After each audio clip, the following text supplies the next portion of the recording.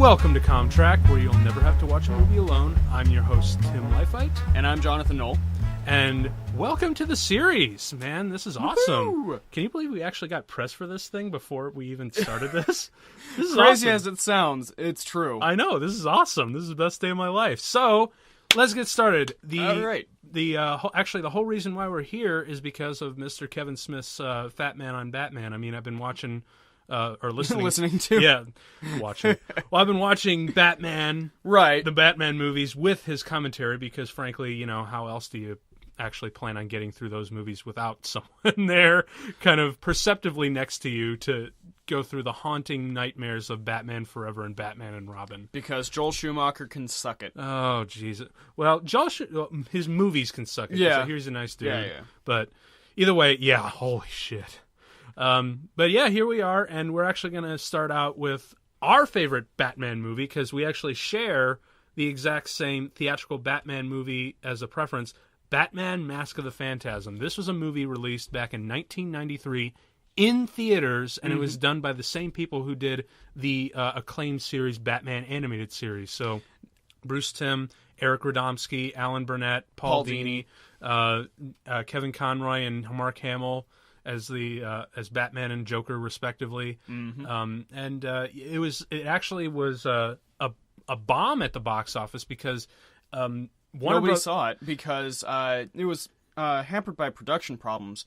Warner Brothers told our team of intrepid animators and writers that this would be a direct-to-video thing. But then halfway through production, bam! No, we're going to do it in theaters. It's going to be really awesome. So when word got back to the animators that they had to reformat it, they scrambled to get everything from full screen to widescreen because, see, in those days, kids, when you all the direct-to-video stuff and all the TV stuff, it was done in a 4:3 aspect ratio, which basically means it looks like a square for those old televisions. You know, the ones that you had The when big you were tube kids. screens like I have behind us. Oh, Well, soon we'll have behind us. oh yeah, totally.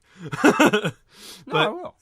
I believe you, but in theaters they want things in widescreen because, you know, that's the kind of cinematic look to things. So they scrambled to reformat things, and it was and things got so crazy and hectic towards the end of it that they really didn't have a whole lot of time or even money left over for advertising.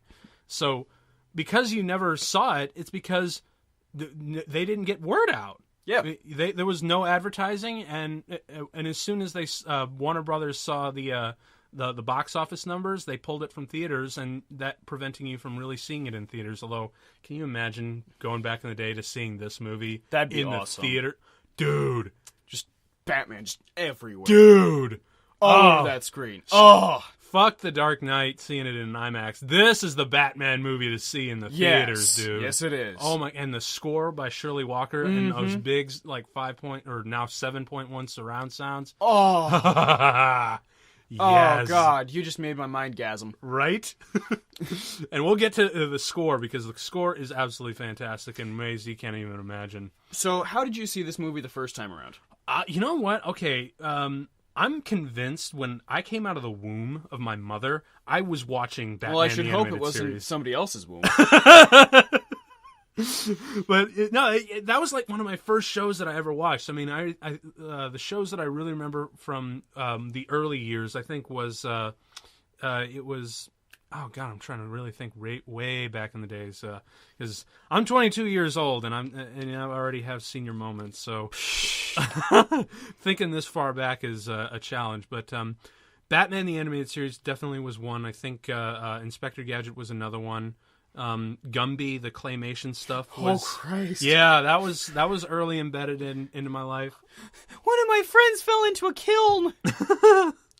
But Batman's always been there, dude, and I think it came off the air when I was like 3 or 4 years old, and I almost threw a tantrum. And thank God my uncle had the foresight to tape some of the episodes. Oh yeah. And I watched them endlessly, man.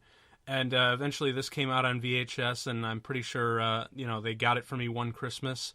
I think it was actually like Christmas of 95, 90. No. It was I think it was like Christmas of like 96, 97, because I remember it was a Christmas where I woke up and I got that cassette for Christmas.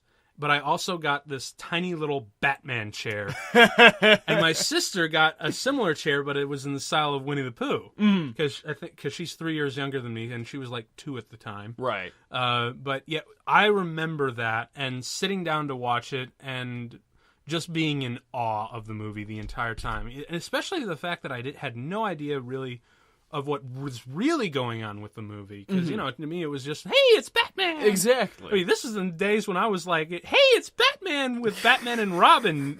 I mean, I was an idiot back then. I would actually... You were cinema illiterate. Oh my God, There's a difference. Obscenely so. I mean, I was watching Batman Forever and Batman and Robin the same way that I was watching Batman and Batman Returns. Oh, Christ. Yeah, I know. I was stupid in those days, and that's why when Batman Begins came out, I was like, ugh, they're making another Batman movie. This is going to suck. Thank God Chris Nolan turned it around for the better. Let's see. I first saw this movie... Well, the thing is, I'm similarly inclined where I've had Batman in my life since infancy. Conversely, I also had Star Trek and Star Wars simultaneously in my childhood. But Batman was always one of those... You could never find it. So when the full series came out, that's when I really watched Batman animated series. I know. Fully, deeply, immersively Batman. Yeah, see, I was actually pampered as a kid because I had cassette tapes, and even though it was maybe a quarter of the series, I still had episodes to watch over and over again. Yeah, I had a few of those too, especially when they were the Batman Superman hour. Oh my God, yes, I watched that so many times as well. Yeah, I actually still have a tape of Brightest Day. Yeah, oh cool, because when those came out, I mean, I was just eating it up because I didn't have Cartoon Network as a kid. Yeah, we had Kids WB. We had Kids WB, but even when that went off, and Animaniacs and Tiny Toons and Pinky and the Brain and Men in Black the series, if everyone remembers that. Oh, that's such a weird memory. I know, right? But it was awesome. And when all that went off, it was just Nickelodeon, so I was going to SpongeBob, Fairly Odd Parents, and the likes. So Batman was completely out of my life, and not to mention that I was looking at Batman and Robin and Batman Forever thinking, oh my God, these movies are horrible. Oh, yeah. So he was so Batman the Animated Series literally was shoved into the corner of my basement and left to collect dust. And it wasn't until, about when I was in late high school where I dusted them off, and I'm like, holy shit, these are way better than I remembered. And then, similarly, when I was in, 7th or 8th grade, I actually watched them fully again, and that is when I finally watched Mask of the Phantasm. And it was just, it was kind of a rainy day, as I recall. Much like today, actually. Yeah. And I'm sitting there with my brother and my sister, and I'm just like, all right, we're going to do it. We're going to watch Phantasm. And we did. And it's still the most awesome Batman movie. It really is. I mean, from the moment the music starts playing, straight to the very, very last shot. I mean, it is, wow. It is the Batman we deserve. Yes. Because I don't know really how to just describe this movie. I don't want to give too many spoilers away, but I would just say it like this: this Batman movie is the definitive Batman movie. There's nothing about it that is too extreme. It is literally Batman out of the book. It really is. And not to mention, it's also a really fascinating story. Because when have we ever heard the story about, well, what about a time early in Batman's career where he had a choice of choosing to be Batman and going through with his vows, or actually being happy? Exactly. I mean, that's a really compelling story. I mean, a real great psychological depth into the character that we really haven't seen, not just in the comics, or in the animated series or even the movies. And thank God this movie came out when it did, because I think this came out 1 year after Batman Returns. Yes. So the cinematic Batman was, it was still up there. Yeah. Because Tim Burton was still holding it, being somewhat earnest with it.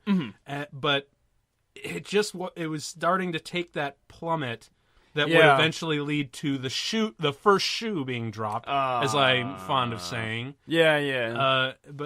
And I actually remember that Roger Ebert and Gene Siskel actually did a review of this movie, and they're like, dude, this movie is even better than the original 1989 movie. Yeah.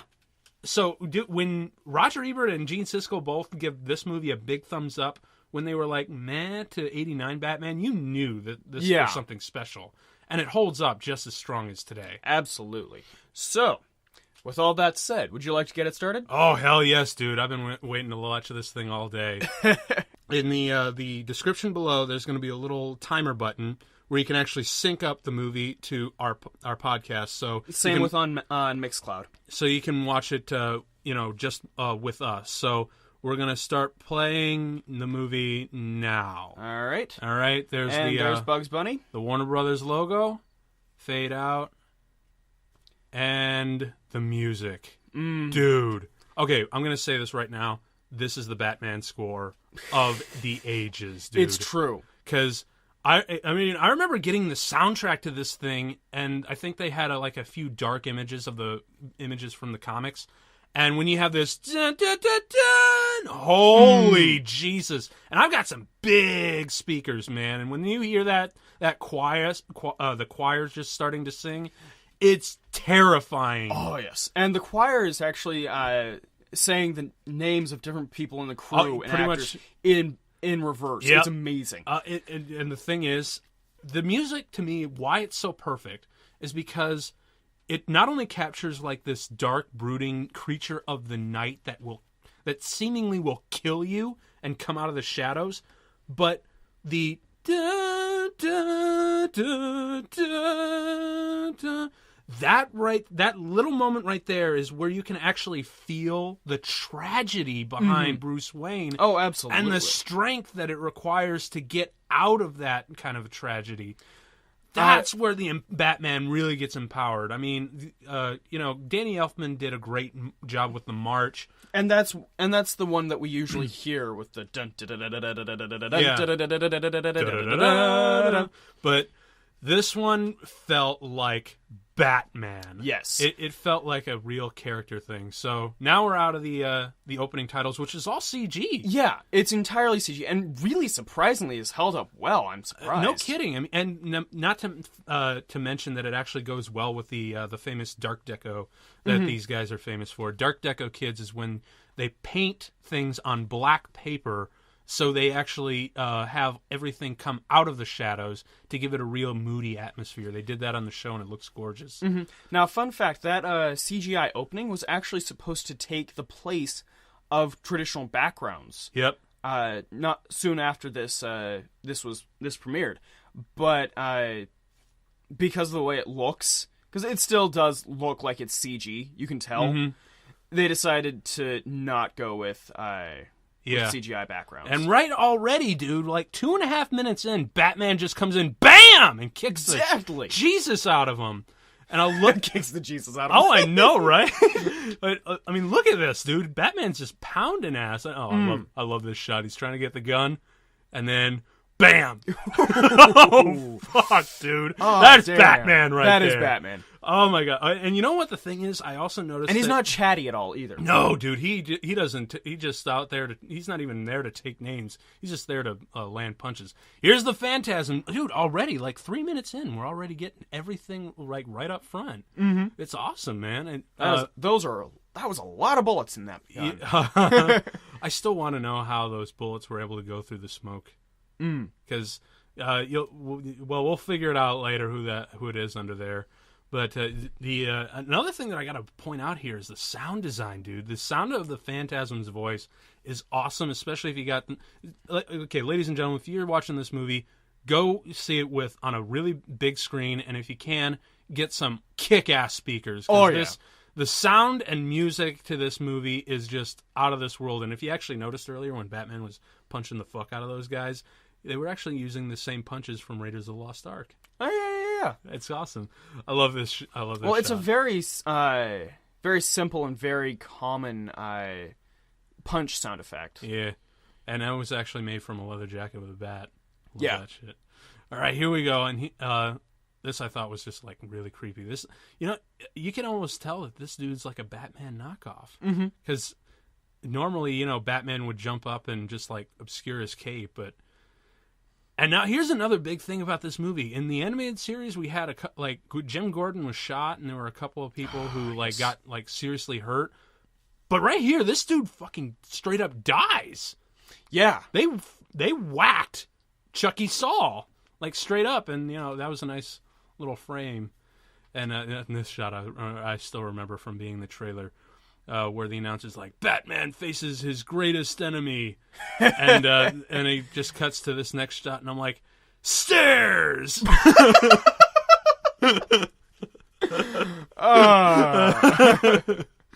And here we go, the Councilman Reeves. Yes. This character, oh God, who is the guy who voiced this character? I forget. I'm going to look it up. Here's Commissioner Gordon, as done by the incomparable Bob Hastings. Yeah, that's right. I believe it was... He died not too long ago. Oh my God, he did? Yeah. Wow. Big life, too. Well, they're also setting up this nice little, really smart little who watches the Watchmen sort of thing with the councilman. He's got a point. Who doesn't want like some crazy dude? Oh, and also Alfred Zimbalist Jr., who also died like a couple years ago. Yep, and always the faithful Alfred. Yes. Oh, by the way, sir, I've put away your bombs and exploding gas balls. Thank you, Alfred. And we got the Bat computer doing some stuff. Now, this kind of stuff always did go over my head, but now watching it as an adult, I'm like, dude, this is awesome because they're being earnest with this dialogue, man. Mm-hmm. I also always liked the fact that with the Bat computer, it always sounded like old microfilm machines. Yeah, that was it. That was the thing, and the fact that like all the TVs in there are black and white. So yeah, because I think Bruce Timm, when he was designing the world, he said he wanted to make it look like the 1930s World Fair went on for another 50 years. I like that. That's a really great way of looking at that. Mm-hmm. Even like things like the police blimps, which never existed. That's just a cool visual image, especially from the opening intro from Batman. Wayne Manor, everyone. We are. Where are we? We're at a party. Yeah, we're about 6:50 minutes, about 7 minutes in. Yeah. And we're already at Wayne Manor. And look at this, dude. Bruce gets lots of pussy. He does, dude. It's true. I mean, holy Christ. We actually rewatched Batman Sub-Zero, and we're going to do a commentary at a later time for you guys. But we were like, dude, this Bruce Wayne gets, like, all the pussy in the world. Oh, yeah. And, of course, because, living a life of crime, shit like this happens to him. Boom. Danger. Yeah. Bruce is not the best with the ladies, unless you're a cat. Right.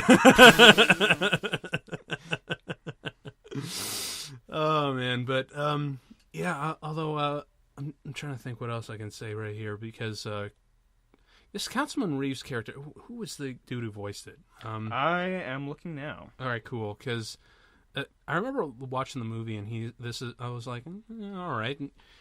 I kind of the first name drop of Andrea. Oh yeah, that's right. Yep.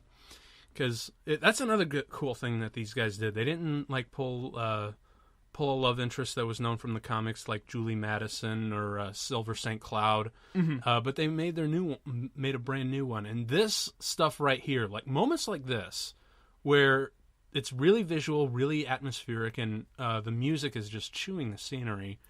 Hart Bochner is the name. That's right. Yep, he's Councilman Reeves. Mm-hmm. But this right here, where Bruce is just looking at his parents, dude. This is stuff that's rarely captured in superhero movies, where they focus too much on the brooding and not the actual tragedy itself. Yeah. Like, I'm dark and brooding, look at me, and this is for the poster because I'm edgy. And instead of, actually trying to take in the tragedy that behind the brooding. Yeah. And right here is Andrea. She's voiced by Dana Delaney, who, get this, actually voiced Lois Lane on the Superman animated series. Right. Also, don't you think she looks a lot like Katharine Hepburn? Now that you mention it, that's actually a really good way of looking at it. Like a really young Katharine Hepburn. Yeah, Cary Grant and Katharine Hepburn era. Yeah, because I'm used to seeing her in her later years, like when she was like 50 or 60. Like Adam's Rib and such. Yeah. Yeah, I'm looking more like Bringing Up Baby and such. Mm-hmm, definitely. I mean, even Bruce looks like. I love how they just the subtlety in the design. Just really, they know how to make him just slightly younger than from where we are in the present. Yeah, and this is really before the big animation shift where they went into Gotham Knights. Mm-hmm. So there's that. And I also love the fact that just after he makes his vow to become vengeance of the night to avenge his parents, immediately he meets the woman who almost ended it all. Yeah. Isn't that's really the boy billionaire? Oh, I love this little moment right here. Why do you care? I don't. My mom was asking. And you can tell, and the chemistry between them is like super strong. Which, I mean, when you think about it, in a live action movie, that's relatively easy because you got a person to sit there and interact with, and actually touch. But in voiceover, you have to completely emote through almost nothingness. And this is just taken right out of Batman Year One. Oh, I know, right? This is definitely from the early days when he was on the East Side. I can't believe it's gotten this worse. Although this is played up considerably, but because it was actually this is a family movie. I mean, granted, this is like a really earnest Batman family movie, but isn't that amazing that the Chris Nolan Batman movies that were made strictly for adults is not quite as good as the family friend or quote unquote family friendly version for Bruce Timm and Eric Radomski. Yeah, it's kind of awesome, and I love this shit. Say your prayers, sucker, and then bam. We don't even have batarangs yet. We just have the throwing stars because in the animated series he actually trained in Japan. Yeah, along with a whole bunch of other places. Trained with famous martial artists, with Zatara, Zatanna's father. Yep, who trained him to become an escape artist, along with a whole bunch of other mysterious places. Now this sequence right here, it almost plays just like Raiders of the Lost Ark. Very much so. I mean, not to the point where it's not too far from the original tone of the movie, but still giving that action adventure vibe to it that the movie kind of needs for like a Batman movie, which is also interesting because technically there's no Batman in this sequence. Exactly. And this moment coming up, right here, and it's Bullock. Not as Detective Bullock, not as Detective Bullock, but as a police officer, and I love how they give him the right amount of comic relief. Oh yeah, they always animated Bullock interestingly. Oh yeah, definitely, because he's often played for laughs every once in a while in the animated series. But he's always a very fluid character. Oh yeah, definitely, and even more so in the comics. So if you actually take a look at the comic history, he's got some pretty fucked up shit going on, and a mustache.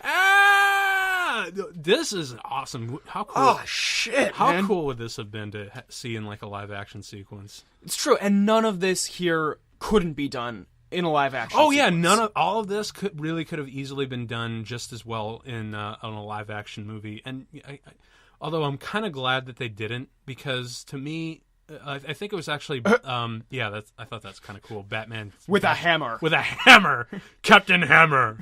The hammer is my penis. Actually, I was thinking more like Old Boy, but yeah, whatever. Again, there's the Raiders of the Lost Ark reference on the front of the truck.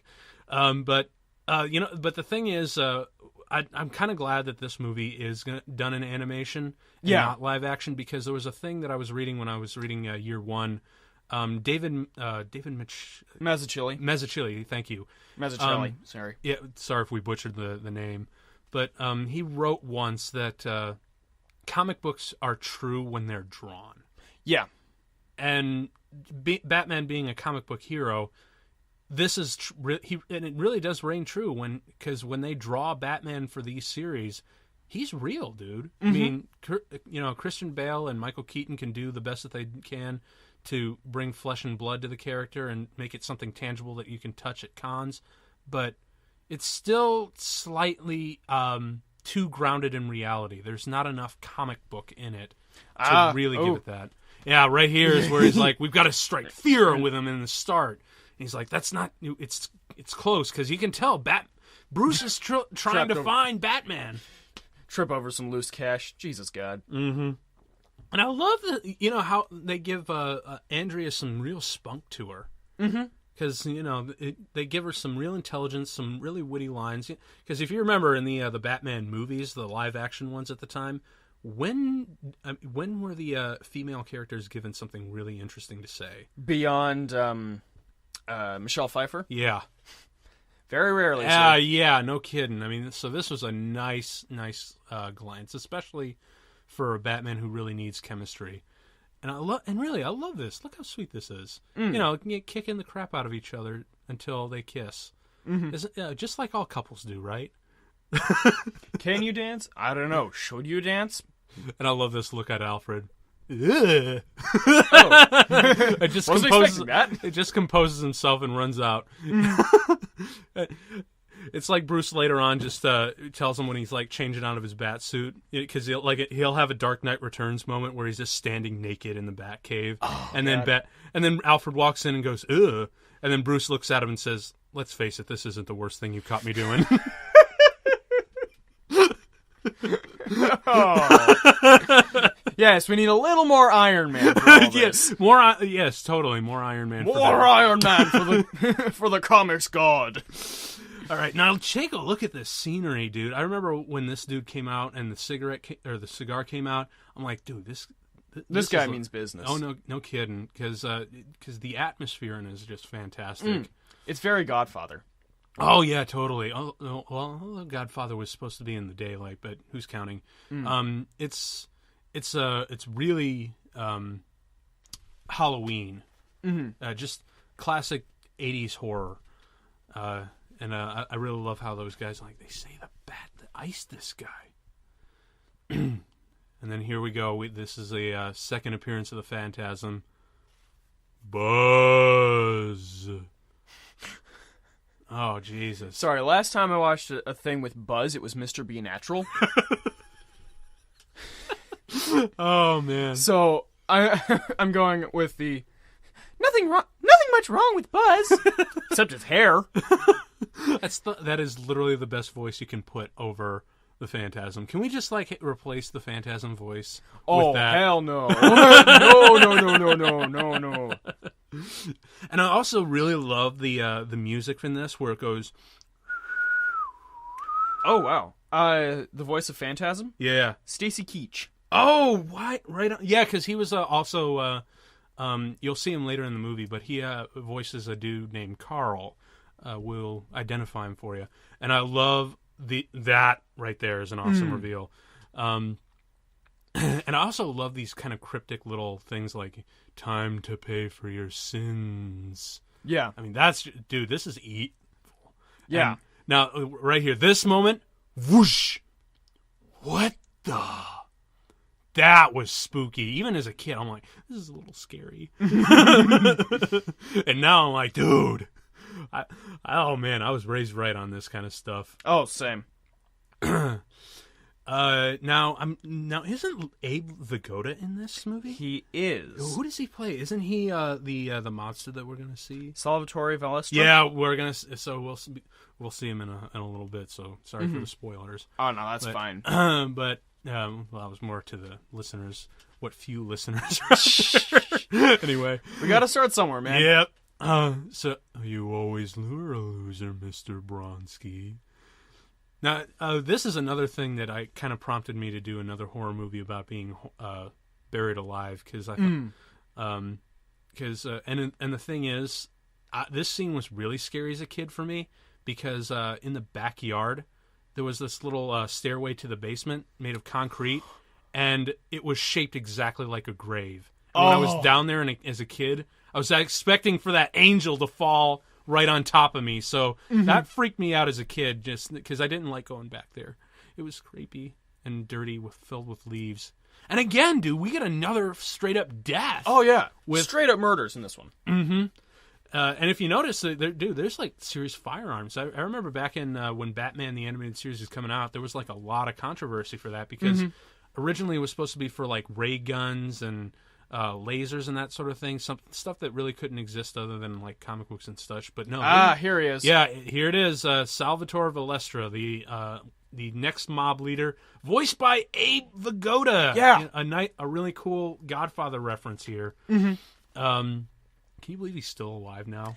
That's crazy. He's like 93. I mean, we've had so many jokes about how Abe Vigoda's been dead over the years, and nope, he's still kicking people. Exactly. That's awesome. Hey, Abe Vigoda, if you want to come on our show, totally come on. The unlikelihood. Oh, right. Right. But... Oh, my God. And now I love this right here, how Commissioner Gordon's like, dude, if you guys want him, you go get him. I'm not going to be a part of this. Yeah, exactly. He trusts Batman with a vengeance, dude. And he's like, let's smooch right now. That's totally the idea he had in mind. But dude, that's what I love because there's later in the movie, spoilers, there's a hunt for Batman sequence that Commissioner Gordon has nothing to do with. Yeah. That's awesome, dude. And again, it's right out of Batman Year One, too. Yep. Oh, yeah, dude, definitely. But can we just say that Bruce Timm did it first? Yes. He hunted Batman before Chris Nolan hunted Batman. And again, here's Batman doing some detective work. And I think they took a note from the first Batman '89 movie about how he thinks out loud because apparently, genius people like Einstein used to think out loud because it's supposed to help your brain. And they use that characterization over to Batman because he's super smart. That moment where the shadow engulfs the Wayne gravestone is just, dude. I mean, it's creepy. Whoa, nice. Yeah. Nice mirroring there. Oh yeah, and now watching this again, is this a little far fetched that she kind of guesses that Batman is Bruce Wayne? I don't know. It could be, but mainly because of that whole mirroring with the with he looks over the side of the gravestone and there she is again. She could probably figure it out from that, but it's kind of one of those long lost memory type situations. But you know what? We'll take a leap of faith on this one because, granted, they make Andrea a really smart lady. So we'll go with it.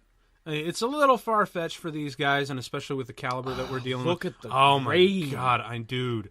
They just know how to make Gotham look gorgeous. I mean, Anton Furst, who was the production designer on the original '89 Batman and Batman Returns, he knew how to make Gotham look amazing, but these guys know how to make Gotham really come from the comics. Yeah.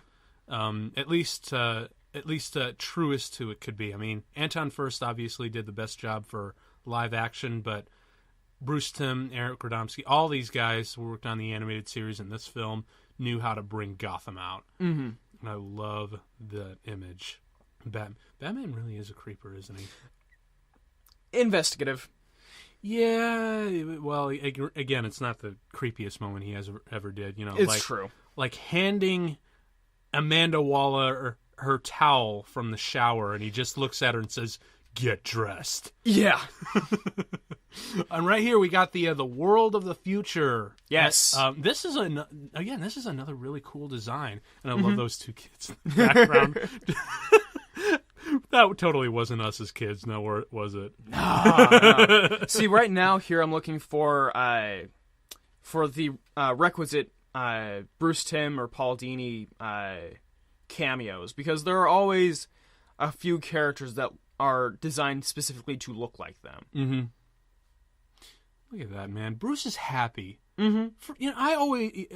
Batman is one dude I really And then wish... check out that car back there. Oh, I know. The automobiles of the future. I just love how automobile is the biggest word in that last shot, just to kind of really emphasize Batmobile. Yeah.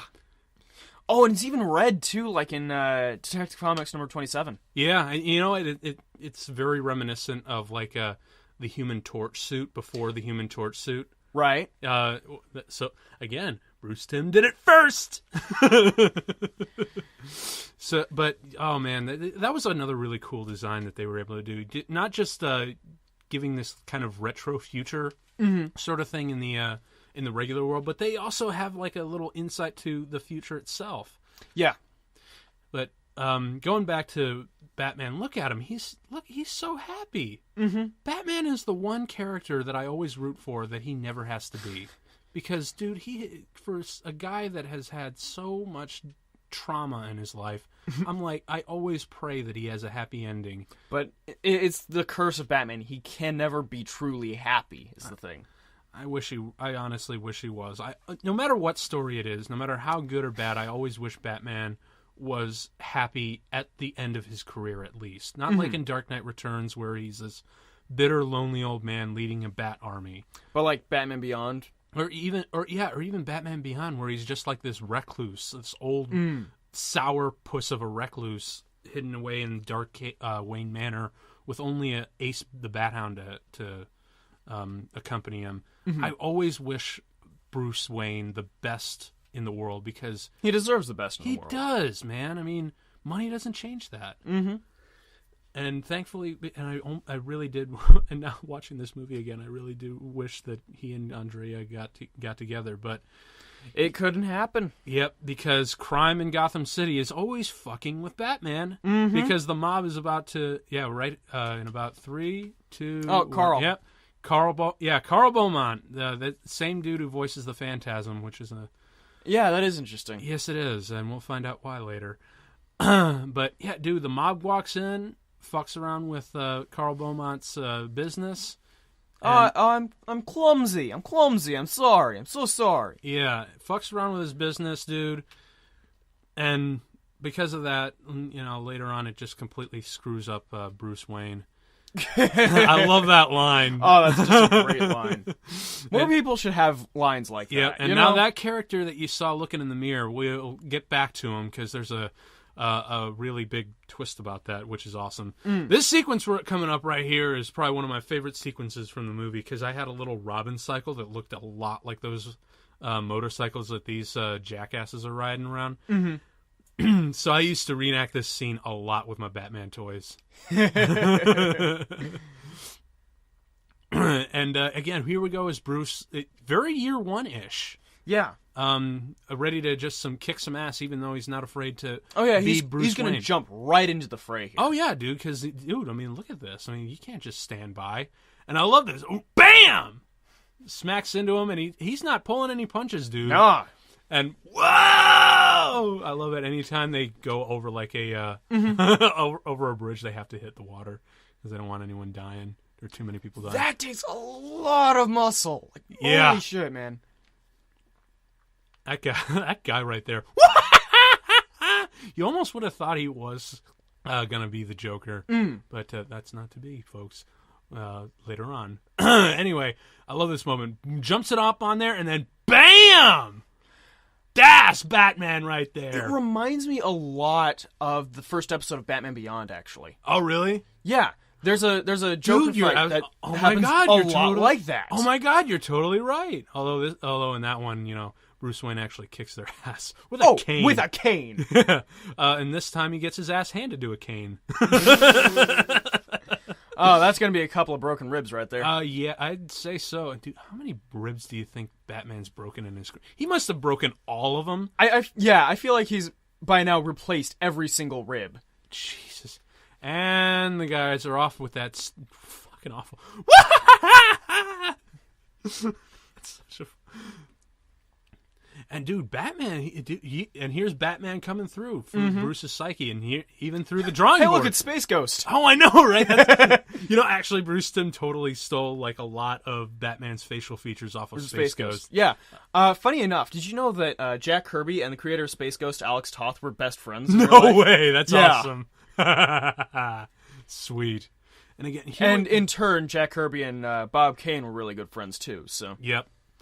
All the DC and Marvel guys, pretty much anyone who was working in comics in those days were like super best friends. Oh yeah, they had to be like a band of brothers. Yeah, definitely. Because to be working in comics is kind of a taboo. Oh yeah, definitely. Now, this moment right here is, man, Bruce. I really want him to go to Aunt Andrea, because. But then we wouldn't have Batman. Even so, man, maybe, because this is probably my favorite scene in the entire movie, let alone the entire Batman animated universe, because this is a moment where Batman's begging to take back his vow because he has a chance at happiness. This moment right here, I can give more money to the cops, and it's different now. Exactly. And the music is like, you promised. Yeah. It's unrelenting. And just look at the way the rain's falling down as if they're tears. And the way that they place the headstone in that shot where you've got it just straight on. This moment, Bruce. I mean, they don't actually have that in the soundtrack, but just through the music and through the atmosphere, you can hear his parents' voices. Yeah. Calling out to him. That takes a lot of thematic material. Yeah. And I love this. Maybe they already have. Maybe they sent me. Dude, what a heartbreaking moment. You can tell he isn't just... Yeah, he is in agony. And it's still carrying over to this day. Because, dude, I'm so sad for Batman. I want him to get out okay. And then he just disappears. Yep. Because the night and the war, as he calls it, must go on. God, what a wonderful moment for Batman history, folks. I mean, that's like the epitome. And here we are, Salvatore Valestro. Get in. Jesus. I know. And now here's another really great thing, because if you noticed earlier in all the flashbacks, like the one you saw earlier, he's like a heavy cigar smoker, and now he's just like barely able to breathe on this respirator. Exactly. So they're just kind of weaving in a real subtle, like, smoking is bad, but they're being really subtle about it. They're not shoving it in our face. No. And that's the thing about this. It's never preachy. No. I mean, for many people, Batman is a character who is... No, I'm fine. He's this character who is monologue-y and very deep about his convictions. Yeah. To the point where he will actually tell the reader what he's thinking. And again, but they don't do that. I'm sorry. It's just that they actually even work in a joke for that. It's not very healthy in here. And Salvatore just gives that 1 second. And of course, here we have O'Neill and Adams. Yes. As in Denny O'Neill and Neil Adams. Yep. The Denny O'Neill, who's famous for the comics, and Neil Adams, who wrote a lot for it was for the television series, wasn't it? No, they were the famous duo who did the comics from like 54 to 80 some odd. Right. Now, I love this line here. I diapered your bottom, so I bloody well ought to know everything about you, sir. Well, you're wrong. And, this is... here comes another thing. I hate to say it, but Bruce Timm did it first. Alfred given that moment where he's like, I've known you since I first heard these cries echo throughout this house. Yeah. Although here it's played a little bit more, pissy, whereas that one was a little bit more... tearjerker. Yeah. I actually remember watching that scene in the theater and getting like, oh my God, this is getting harsh. Because Michael Caine, towards the end of it, was like, dude, when he was starting to weep, I failed you. I was like, oh my God, Alfred, don't cry.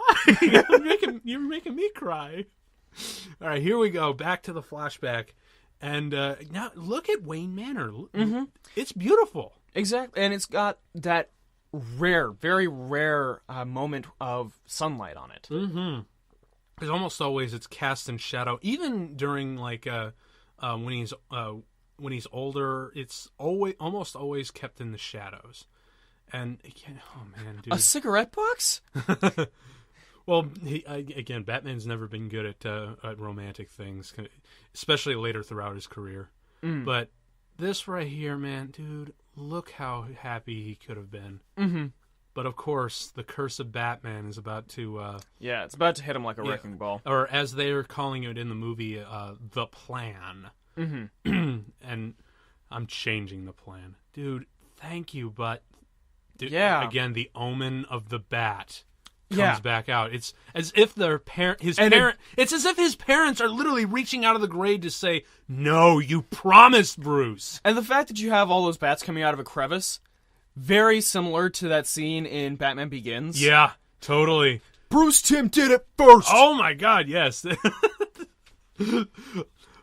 But again, folks, when we say, Bruce Timm or Joel Schumacher, whatever, did it first, again, these are beats just taken out of the, they're just taken. They resonate. Yeah. Oh my God. Yeah. Because Batman has like specific notes that you kind of have to keep that work in right moments like that. Mm-hmm. And okay, here's the dude that we saw earlier, looking through him, and he's like, "Ugh." And check out that nose, man. And already, there's a connection between him and Bruce. With this kind of look at each other, like they're all like, we're gonna be big enemies later, and you have no idea how big their enemies are gonna be. Yeah. And I love this Batman exploring the cave again, doing it first. And this is just heartbreaking, man. Where Bruce gets a note from Andrea and the ring. Where it's like, left with Dad, gotta go, need time, and too young, forget about me. Yeah. Now, they actually made a comic book adaptation, because I got it with the VHS, and I actually have it here now.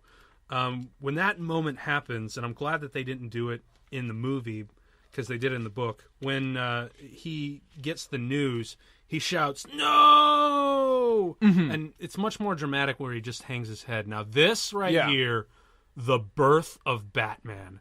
The music is key to this scene. Not just the atmosphere, but the music. And just look how everything is in black, too. Yep. Now, watch this. Everything's quiet. And then as soon as the mask goes in his hand, the music pumps up. He puts on the mask and sees the true face of himself. Put it on backwards. And Bruce looks him straight in the eye. And the music with Alfred's reaction, my God. When he walks into the shadows, man, that's it. Yeah. Bruce Wayne is dead. He is the Batman. That moment right there, I thought was probably... That's probably my second favorite moment in the whole movie, because Jesus H. Christ, when you see the look in his eyes, is terrifying. Batman, Grand Theft Art. You're terrible. Ruining this dramatic moment. But I think actually the reason why Alfred said, "My God," isn't because other than the fact that Bruce now looks batshit scary, no pun intended. He's also looking at the dude that he raised from infancy, transform into something of the shadow. Yeah, into something that he never thought he'd go to. And that really is a great character moment. The fact that all these still work, though, that's impressive to me. Not anymore. Yeah. Because who is it? And I love this line. I hate that song. Gasp! It's the Clown Prince of Crime, Mark Hamill! Oh, man, isn't it great that they got the great Mark Hamill to be in this movie? It's just great. Fun fact, did you know that they were originally going to have Tim Curry do the voice of the Joker? Oh, yeah, I knew that. Yeah. Well, you've heard Batman. Definitely, dude. But for all you cats out there, Rocky Horror Picture Show is supposed to be the Joker. Which would have been kind of cool to consider, but you know what? Mark Hamill just hits the nail right on the head. Yeah. And because I love this little, "Ooh, business! Sounds like fun! Come!" Oh, God. And watch The Valuables! Ooh! This guy's got to be like super old, too. Yeah. So he's quite literally going to give this guy a heart attack. Oh, yeah. And he doesn't give a fuck. Whee! Oh, man. Mark Hamill Joker is the best. And I love this moment right here when he comes in and there's the dog. Yeah. "Honey, I'm home." And again, see, he's already having an asthma moment. Home security system. Down Rusty. Because that's the thing. Mark Hamill Joker is sincerely funny. Yeah. Sincerely funny. Look at this. "What? Meatloaf again? I had it for lunch." And, okay, I think this was before Harley Quinn, so Actually, she was already in the series by this point. Oh, really? This is just a one-off Joker thing. Okay, so, well, he traded out for... personally, I think Harley's way hotter than his current muse. Now, and of course, now we got Abe Vigoda. I can't get over the fact that that's Abe Vigoda. Guano Man. But he's coming over to say, we got to get rid of this guy. This isn't a joke. We're not going to solve... Hey, you know what? Here we go again. But actually, no. What was it? Tim Burton already had the mobsters coming after the Joker to ice the bat. Yeah. So... Nolan didn't do it first this time. Again. Or Bruce Timm didn't do it first this time either. And I love this part right here where the background actually turns red. Yeah. That's really cool. Don't touch me, old man. I don't know where you've been. And it's just a very subtle Tiny Toons thing, because that's where Bruce Timm got his start animating this show, was Tiny Toons. Yeah, so it's very, very over the top, but it's never like completely over the top. It's exactly. Just the right amount. And now this part right here I thought was creepy. A nice big smile. Yeah. That close-up that's uncomfortably close. Now, I love this. Andrea spots Bruce. Yeah, she knows what to look for. Dude, that's really good. But because I want to know if she got like training like Bruce did. And there he is. Can you imagine just looking at that from a distance? The woman you once loved is like, yeah. You can, because just looking at that shot where he was just standing there in the dark was like, oof. Yeah. She's not even a bit surprised, despite the fact of appearing right in front of him. Yeah. See. Theatricality and deception, powerful agents to the uninitiated. But Andrea is initiated. Pretty much. So, yeah, here we go. Batman doing more detective work. He was doing more detective work than the two live-action movies that had preceded this. Isn't that wonderful? Or is that depressing? I don't know which. Either way, we get Batman coming in. Now, I still don't know quite why Andrea's being such a dick in this scene. I don't know why. Because, watch this blow. The way I see it, the only person being controlled by his parents is you. Ouch. Dude. When you bring up Batman's parents... That's a low blow. Just, dude. I mean, why exactly is she being such a dick in this moment? I don't know why. Because, I mean, right here, clearly she feels sorry for what she said. Like, devastated. But I don't know. I guess we'll have to wait and see. And here we go, the Phantasm again. And again, I love the score. The score is... I keep overpraising the score, but it really is the best. You can't praise it enough, though. Because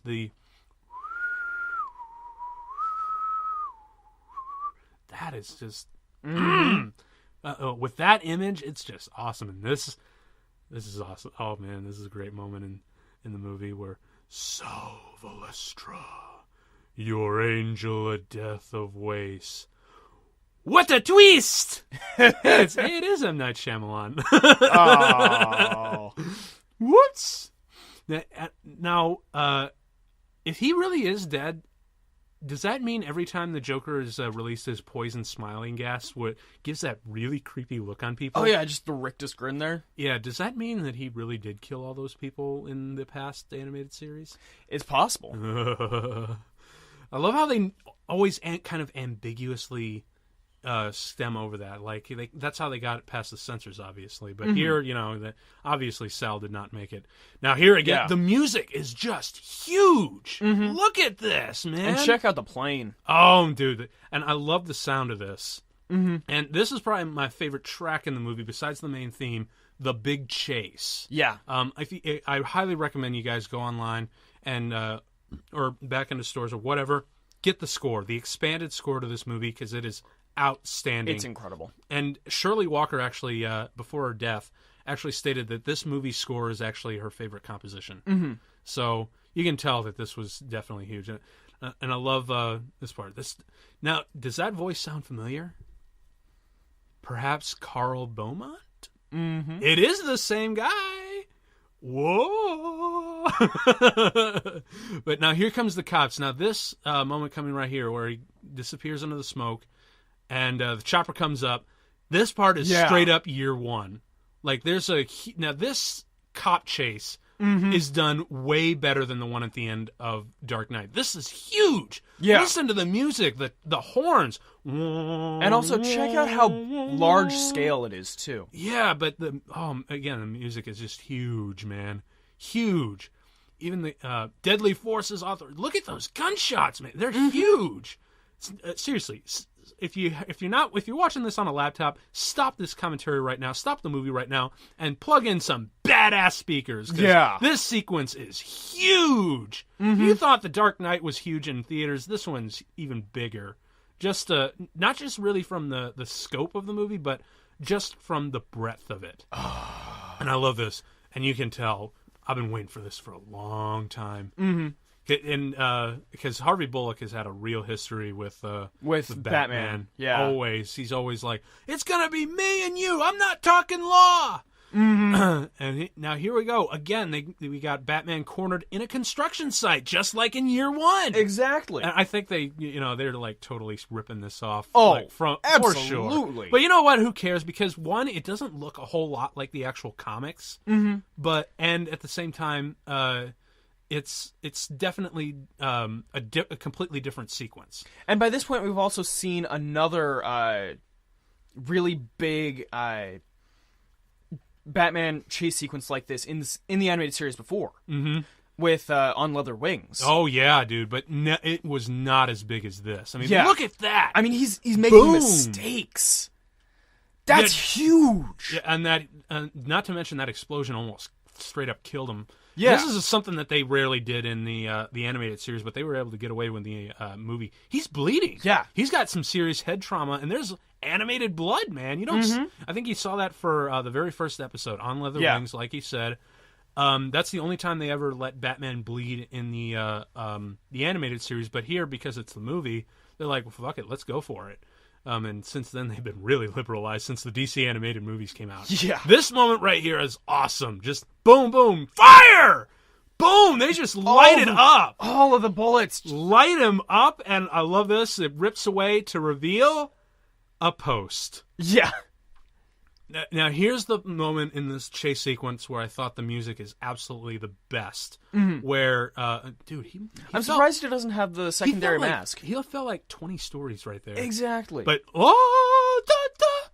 dude, you can tell if they get within 20 feet, he's dead. Yeah. Because it's Bruce Wayne now that they're chasing, not Batman. And they're right on his heels, and here comes Andrea right out of the blue. Man, she's more Johnny on the spot than Batman. and there's that red thing again too with Yep, but Bullock, dude, he is pissed off. Yeah, and right here we can see definitely that Batman definitely got a concussion from that one. Holy shit! I mean, can you imagine how many concussions Batman has had? I can only imagine just how many injuries he's had in his entire career. Because they kind of do it in The Dark Knight, where Batman's kind of stitching himself up in the Bat Bunker, and you can see all the scars. But there's this Alex Ross painting that I think captures it the best. It's Batman topless with the cowl in the background kind of hanging up, and it's one of those really nice paintings, like those photorealistic paintings. Yeah, well, it's Alex Ross. Yeah, black and white, and it's just him kind of looking over his shoulder, and his back is facing you, and it's just cut to pieces, man. I mean, maybe that's the reason why Batman doesn't necessarily want to take all the pussy that he gets thrown at to bed, because I'm sure they take one look at him and like, oh my God, Bruce, what did you do? And there's also Widening Gyre. Yeah, and Walt Flanagan did a fantastic job of doing that too. Yeah, even the Batman Hush series where Catwoman was in there, and he's like, everyone carries a memory, and then Catwoman's like, most people just opt for a photo album. And here we have Carl, Buzz Bronski, and Salvatore Valestra kind of pulling this Goodfellas routine right here, saying, you better pay up now or we're going to have your heart is going to be in my hand. Yeah. You know, I hate to say it, but these mobsters really are kind of the low point of the movie because they don't, the movie is pretty tight, and these guys aren't given a whole lot of screen time, maybe except for Sal Valestra right here because of his smoking in that breather you saw earlier in the movie. They just don't have a whole lot of character to them other than big, tough mobsters. So they're kind of the low point of the movie for me. Yeah, I can understand that. So, but again, it's not to say the rest of the movie isn't fantastic because we've praised it enough already. But every movie has its faults, and I got to say that these mobsters are kind of the low point. But you know what? I guess that's okay because at least Carl Beaumont here sells it with this really panicked moment here because they'll find us and kill us both. I mean, you can, Jesus. Oh yeah, the stakes are high here. Mm-hmm. And this is actually a really cool backstory of how we learned why Andrea had to run away. Although I still wish that she wasn't a complete dick about it and actually wrote a letter to Bruce saying, "This is what happened. Can you help?" Yeah, but dude, there's no time. Well, think about it. Hey, we need money right now, and I'm about to get married to a billionaire. Yeah, that's probably the biggest flaw in this entire movie. That's probably the biggest gaping plot hole of this movie. Yeah, but there's a certain... Bruce and I are about to be married. Wait, Bruce? The billionaire? Can he loan me some money? Because I'm pretty sure he doesn't want blood money like these guys do. Yeah. And everything would have been solved, and Bruce wouldn't have been Batman and be happy. Why? Yeah, but then But then there'd be no point in bloody telling the story, now would there? Or this gratuitous sex scene right here. Alfred's always walking in. Oh God! I mean, can you imagine? Like Alfred's just like, God, Bruce, do you always have to get it on like right at the moment when I walk in? My question is, what would it be like to read Alfred's diary? Oh. He's like, well, March 23rd. I walked on Mr. Bruce again. This time it was the 69 position. Oh! I'm not sure that there's a word for the position I saw today.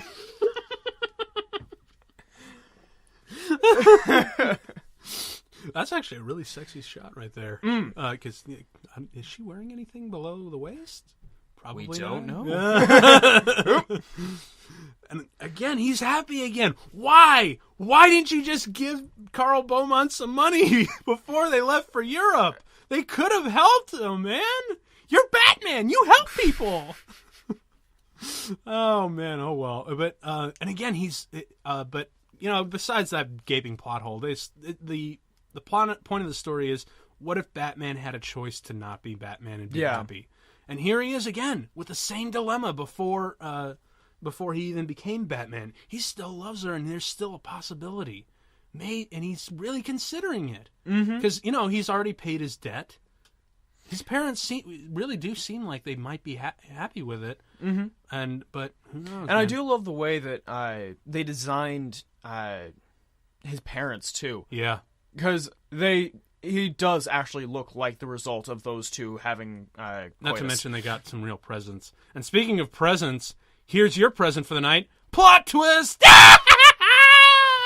Yeah. Oh, dude. Remember that moment where he just tosses the cigarette at the car and they both have this moment where they look at each other and knowing they're going to be foes for the rest of their lives? That is...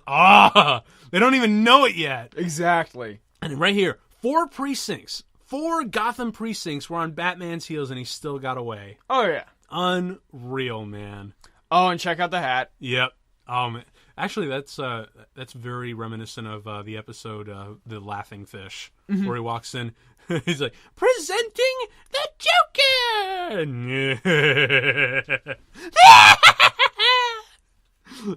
Oh, Auntie, I'm crushed. And now we realize that... this is the Jack Napier.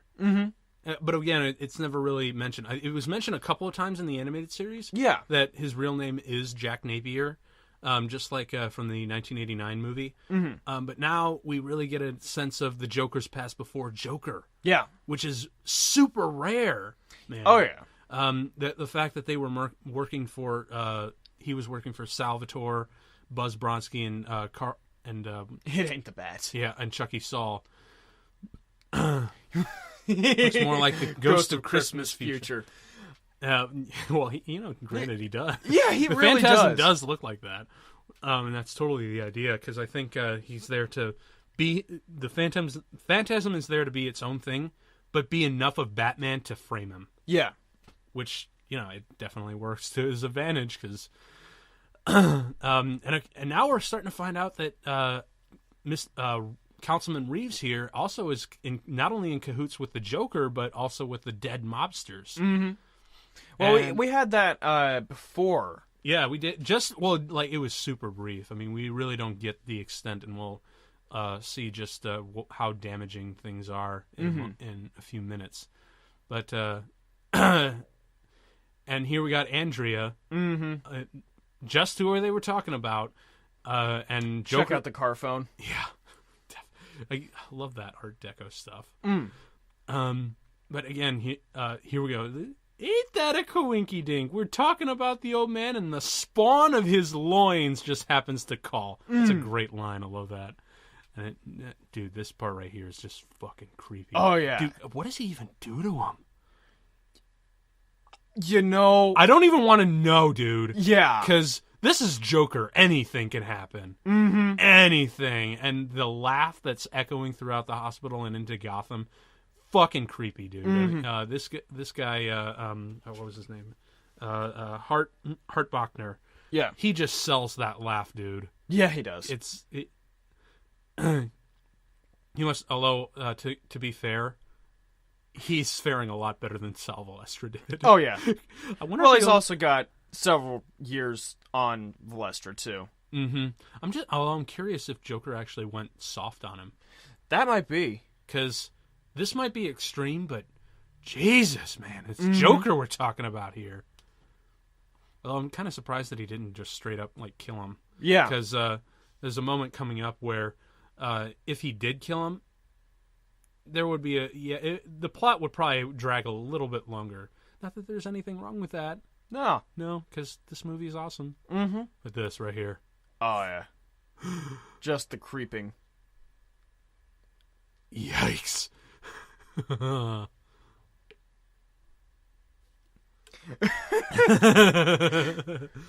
Why did the Joker meet with you? Kevin Conroy will... Oh, Kevin Conroy. Dude, when he interrogates one of the... any criminal in the series... It's just the most chilling performance that I honestly don't want to piss off Kevin Conroy in real life. Oh, otherwise this voice might come out because Batman's very scary. Oh yeah, you would totally piss yourself. Jesus Christ! I mean, if he has kids, can you imagine when he gets really angry at his kids or something like that? And you're just staring up at this really tall guy because I think he's 6'2" in real life. Yeah, he's 6'2" and rather lanky. Yeah, and looking up at this guy with that voice, you'd be like, I'm scared now. Because and now this moment right here was so you sold them to the mob, and all he says all they wanted was their money back. And if you remember earlier, they said they wanted this. That shot was great. But they said they wanted the interest compounded in blood. Just when you hear that moment where he's like, all they wanted was their money back. Mm-hmm.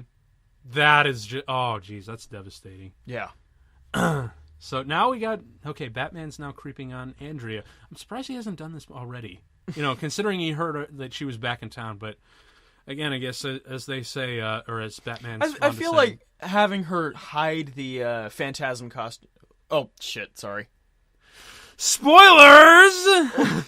Fuck it, it's all right. Because for one thing, that they spoiled the movie big time when it came out because there was an action figure of the Phantasm, but it was boxed where the mask was separate, and you saw who it was underneath. So they kind of inadvertently gave away the ending of the movie. Aww. Which kind of sucks, but you know what? Who cares? That's probably a really wonderful collectible anyway. Because it's a nice little token of Batman history. Have you seen the latest action figures for the series? Oh, no, I haven't. I need to check them out. So pretty. I need more money. For all you listeners out there, and you're looking for Christmas presents for me, those Batman figures won't be out of the question. Yeah. I love this moment right here. My party's been disconnected. And Mark Hamill just chewing it up with that one great laugh after another. Mm-hmm. And here we go. It's not we find out the Phantasm is Andrea Beaumont. Mm-hmm. Yeah, thanks, John, for giving it away like all of 90 seconds beforehand.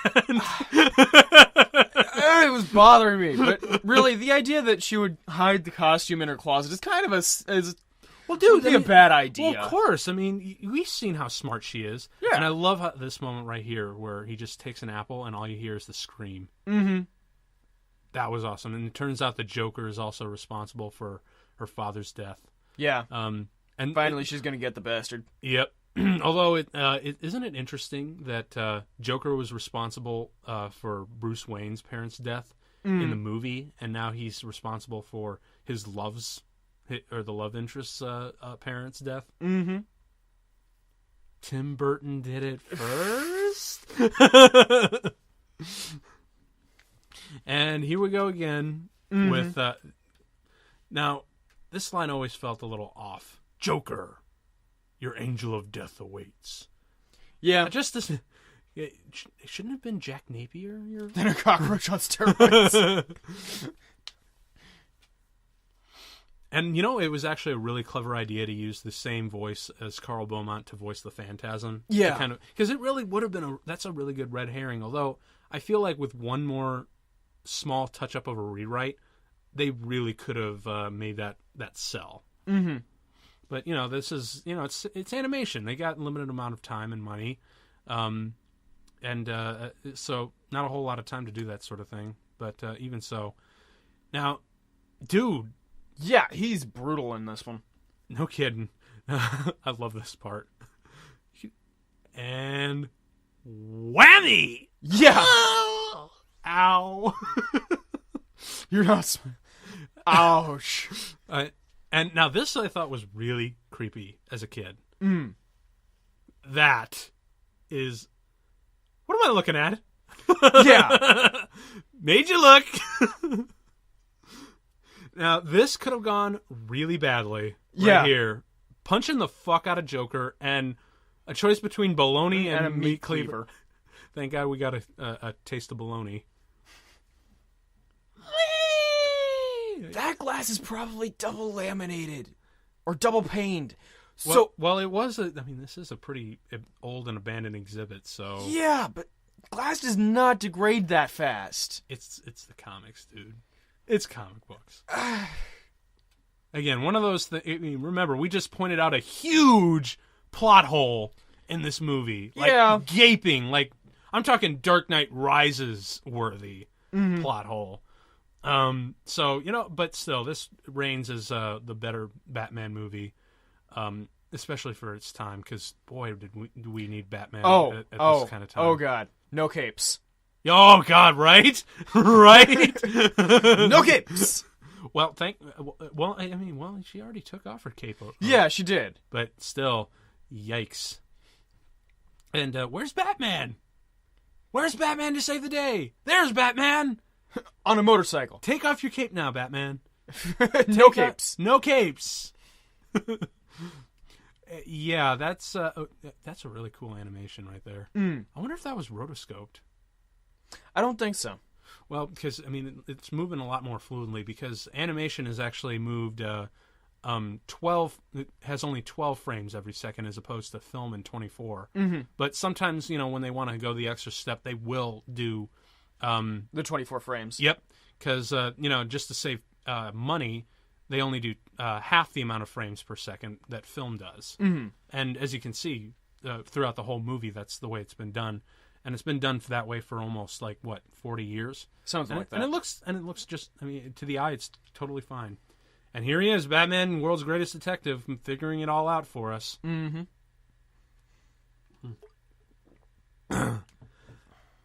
Now, here's another really interesting point. Mm-hmm. What if Batman did take the vengeance route? Be interesting. Yeah. Because, I guess it's more of just putting... Because this is like Catwoman with a vengeance. Yeah. the one who has been trained, who is Batman's equal, in both intelligence and in cunning. Yeah. Ooh, deep cut. Deep cut. Yep. Ooh. Man. And I also want Andrea to make it out okay, because, spoilers, she actually comes back for one episode, no spoken parts, for one episode in Batman Beyond, which I thought was the actually coolest it's in thing. Justice League Unlimited. Oh yeah, that's right. It was still like a crossover for Batman Beyond. She comes back as the episode is called Epilogue. Yeah, she comes back to murder Terry McGinnis's parents to create the Batman of the future, but she refuses to do so. Right here we get this is really strange. Look, the Warner Brothers logo. I love that, right? I love that little detail. Also, that looks like Lex Tower. It totally does, yeah. And of course, we have the walking Chrysler Building. That is. You'd think that because Batman knows Gotham City, he'd know that would be the place that isn't right. I never thought about it that before. Batman's slipping up. But then again, he did have like a really heartbreaking moment with Andrea, so slipped up a bit. Ooh. Although that's a big slip up. And this I thought was really extreme. Boom! Yeah. Blood and lost a tooth. Joker. It's serious. That's a lot of blood, man. Uh-huh. That's a lot of blood. There's a lot of blood in this sequence because these little... Are these airplanes or helicopters? I think... Oh, they're both. Yeah. they're hella planes. And more blood, see, dude? Yeah. More blood. Batman gives a lot of blood in this movie, man. It reminds me of a scene from Christmas with the Joker. Yeah. Well, they don't call you Batman for nothing. Oh my gosh, yes.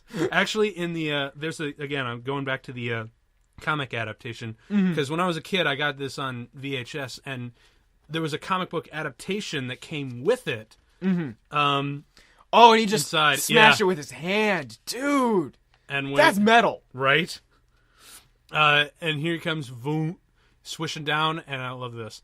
Catches it with his cape, and you can see by the end of it, it's like completely torn to shreds. Yeah. Boom. Well, he's just having a kind of a bad day anyway. Oh, he's having a really bad day. Batman has a ton of bad days.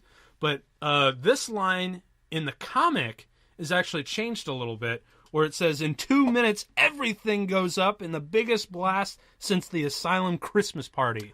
Oh. So a nice little... Nice. Yeah, a nice little... switcheroo? Yeah, definitely. And that happens a lot, especially when you have film adaptations in comics. Like, in the Empire Strikes Back comic, the original line is the one that was in the script. Yeah. The, I'll be back, not, I know. Ah, nice. I actually have that here if you want to definitely. take a look at that. I'm going to have to take a look at that. Yeah. And here we go. Joker, again, Mark Hamill's just chewing this scenery. He gives like the best laughs of his career in this movie. And he's had a long career, ladies and gents. Everything from the animated series to the Superman animated series to all the DC animated movies and, of course, the Arkham Asylum games. Yeah. But in here, he's probably got his greatest... This is probably his finest performance. Although I'd really like to see if he can top it in the Killing Joke. That's coming up pretty soon. That's going to be awesome. Oh, dude. Yep. And again, the music in these scenes were just awesome. Mm-hmm. And now, do you notice that Joker's actually kind of concerned about getting out of this alive? Yeah, for once. For once, he's concerned whether or not he'll live or not. Whatever it takes. Usually, yes, and Batman's the one like, I don't give a fuck if we die. Yeah. If I die, I'm taking you with. Because normally that's the other way around. Exactly. So, I don't know. That's the one thing that I kind of thought was weird about the consistency about Joker is sometimes he cares, sometimes he doesn't care. I still like his line in Cacophony, though, with, I never counted. Yeah. And even if you do die, I'm still going to continue this. Yep. And look at all the blood, man. Jesus. Take a fucking vacation. I know, right? Oh, man, dude. And she is here for a suicide mission. Mm-hmm. This is it. And this is probably going to be the biggest boom in all of the Batman universe movies. Not just the movies, but in the entire animated series. Look at this. I mean, he said, what, 3 miles filled of tunnels, and they're all filled with explosives? Mm-hmm. Holy shit, dude.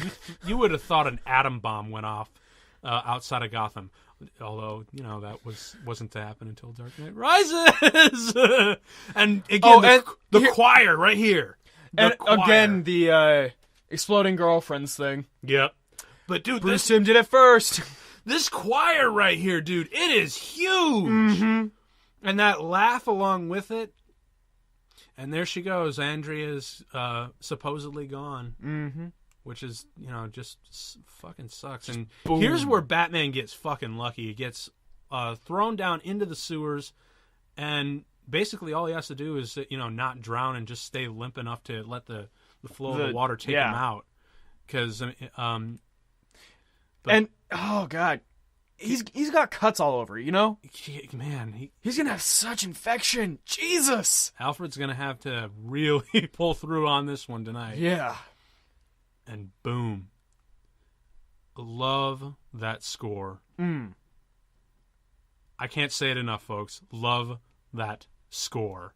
Holy Jesus. Oh, just look at the color in that. Mm-hmm. This is moments like this is probably one of the most compelling moments for me for superheroes, where they're like, I couldn't save someone. I was just short of that.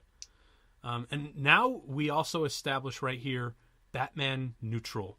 Yeah. This is it. And I love that line that Alfred mutters, vengeance blackens the soul. Yeah. You walk that abyss every night, and I'm thankful that you haven't fallen in. But Andrea fell into that pit years ago, and no one, not even you, could have pulled her out. Mm-hmm. But you know what? Because Andrea is Batman's equal, she still has a trick or two up her sleeve. Yeah. I really wonder if old Bruce held on to that. I'd imagine he would.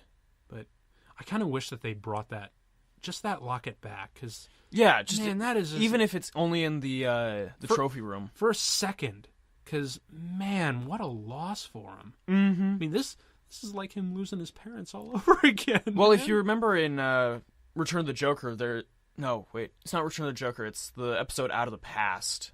Yeah, where he looks through all the women of his life. Yep. Mm-hmm. Including Lois Lane, also who's the same voice as Andrea. Yeah. This moment right here I thought was just really, really sad. Did you want to be alone? I am. That's just... That's devastating. Mm-hmm. And right here, the music. Yeah. This music right here is Batman. Mm. I kind of want this sequence right here to be the opening, because the violins and then... It is huge. Mm-hmm. The choir makes it. Again, you can not only feel the atmosphere of Gotham City and the mythos of the Batman legend, but you can also feel the triumph, and I love this, Pew! The triumph of Batman conquering his fears and getting over his parents' deaths to become the Batman of the night that we all know. Then that's right there. That's Batman the Mask of the Phantasm. Still the best Batman movie that was ever released in theaters. Mm-hmm. Kevin Conroy's Batman, the Batman who we will always hear reading comics as a kid. Always, man. Here we go. Stacey Keach Jr. as Carl Beaumont. And Abe Vigoda, dude. Abe fucking Vigoda, man.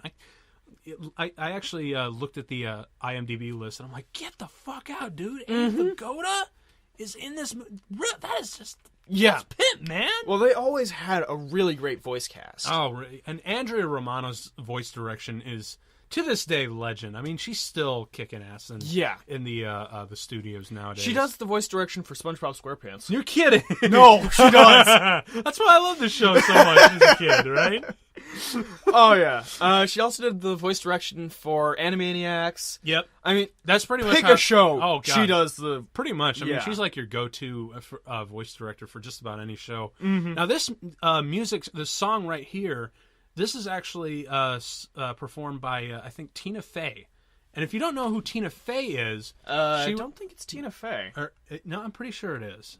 You might want to look it up. But If I'm wrong, it's because I know it's the woman who was the excuse me, the femme fatale in James Cameron's movie True Lies with Arnold Schwarzenegger.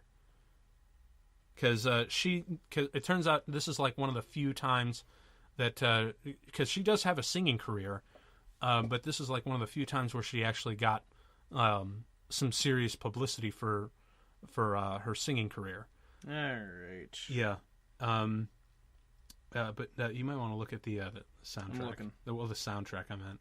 Mm-hmm. Trying to find it. Well, just like Google the actual soundtrack. All right. Yeah. Yeah. Sorry, folks.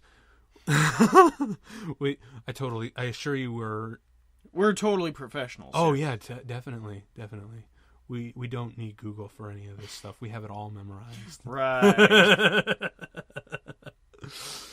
But another thing to take away from this, and it's still consistent with the animated series, although it's been pumped up a bit for this movie and obviously some of the other movies. The sound design, like the Foley and the just the atmosphere of the sound, it's actually a lot better done than most people give it credit for. Because just the sound, because here we are, Tia Carey, that's it. She's the one. She was actually the villain in True Lies. Lolita Ritmanis. And look at this synthesist Hans Zimmer. Whoa! Really? What? Hans Zimmer was working. What? Hans Zimmer worked on a Batman movie in 1993 before he did Chris Nolan. Isn't that awesome? Okay, just so you know, folks, John his mouth is like as wide as the fucking Grand Canyon right now.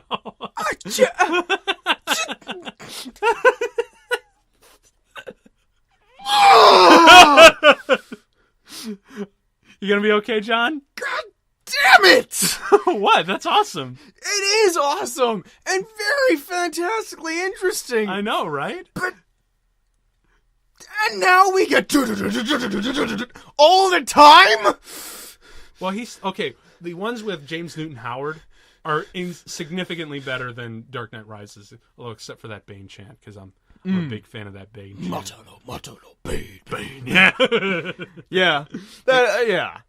Well, yeah, I will admit, because I was listening to the Batman theme in Dark Knight Rises, just listening to the soundtrack, and I'm like, man, this theme kind of went downhill after James Newton Howard left. Because when James Newton Howard was on, it was like spot on. Yeah. Man. It was just right.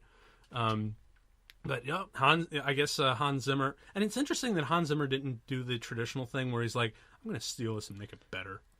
Exactly. Well, you know what, Hans Zimmer, you can't make this better because, damn it, Shirley Walker made the best goddamn Batman composition ever. I am in total agreement. Oh God, because it's really hard to capture all at once the essence of Gotham City, the mythos of Batman, the dark, brooding creature of the night, who also has a really tragic backstory that he had to fight to get over. Yeah.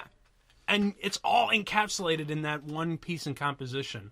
And when you hear it on this big, on big speakers, or even just in your earbuds, it just sounds huge. Listen to it at night, you will see shadows moving just like Batman throughout. Now, the movie's over at this point. Yes. It has been for at least a minute. So, Final thoughts? Final thoughts.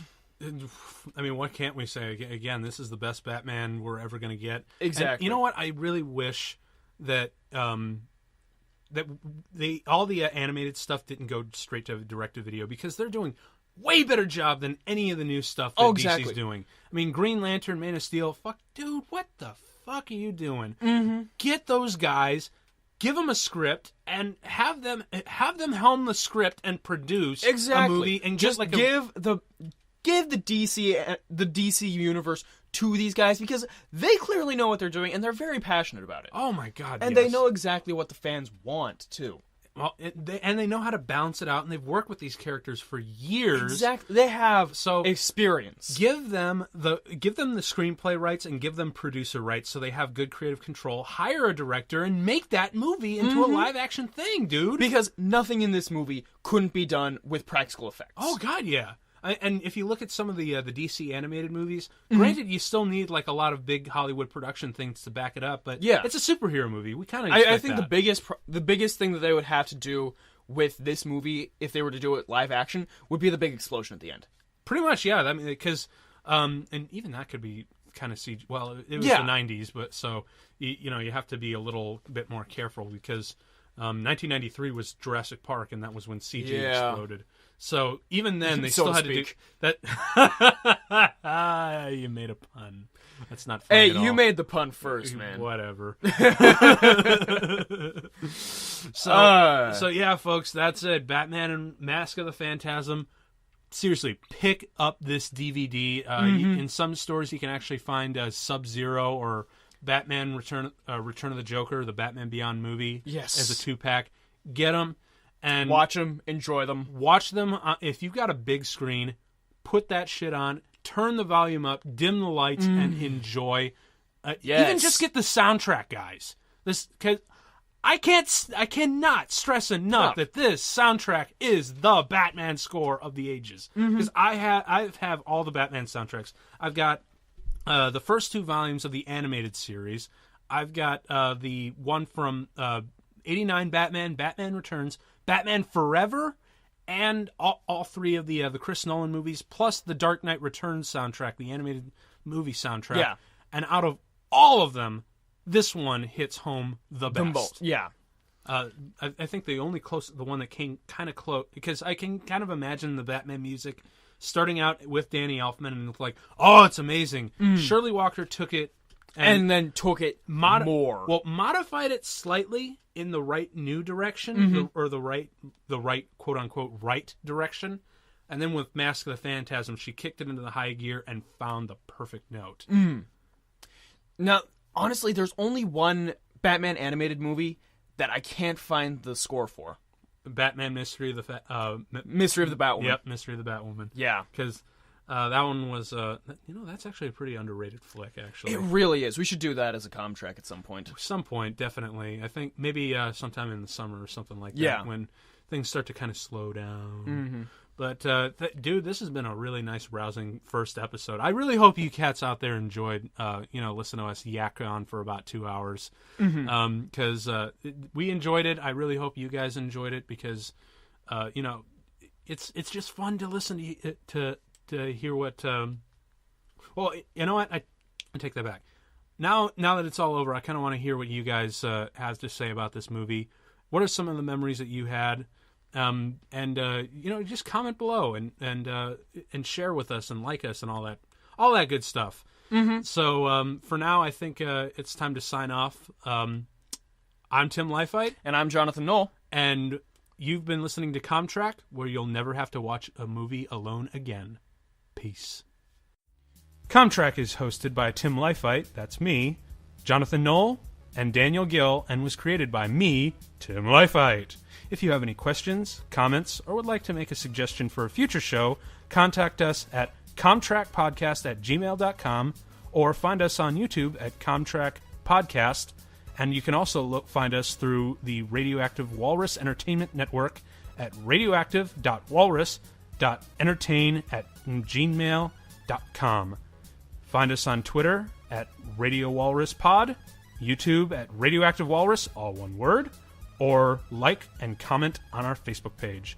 Again, you have been listening to CommTrack, where you never have to watch a movie alone again. Thank you, and good night.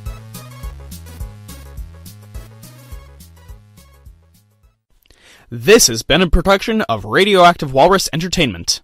John, what do chickens say?